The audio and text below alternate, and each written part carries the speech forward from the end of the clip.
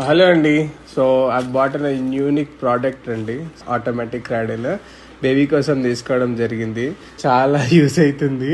So ఊకే ఎత్తుకొని పట్టుకొని తిప్పుతా ఉండాలి అని అంటే ఎవరికైనా కష్టమే. బికాజ్ ఏంటంటే నా పనులు నాకుంటే తన పనులు తనుకుంటాయి.